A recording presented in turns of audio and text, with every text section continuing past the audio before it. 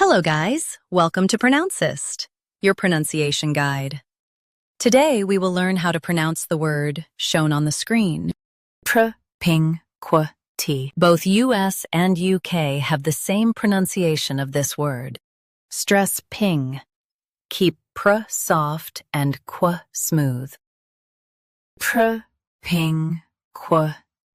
Propinquity. Stress ping. Keep pr soft and qu smooth. Propinquity. Now read the syllables shown on the screen naturally. Propinquity. Stress ping. Keep pr soft and qu smooth. Propinquity. Practice repeatedly and you'll soon be able to say this word perfectly. The best way to practice is to repeat the syllable multiple times. The meaning of the word is close relationship or nearness.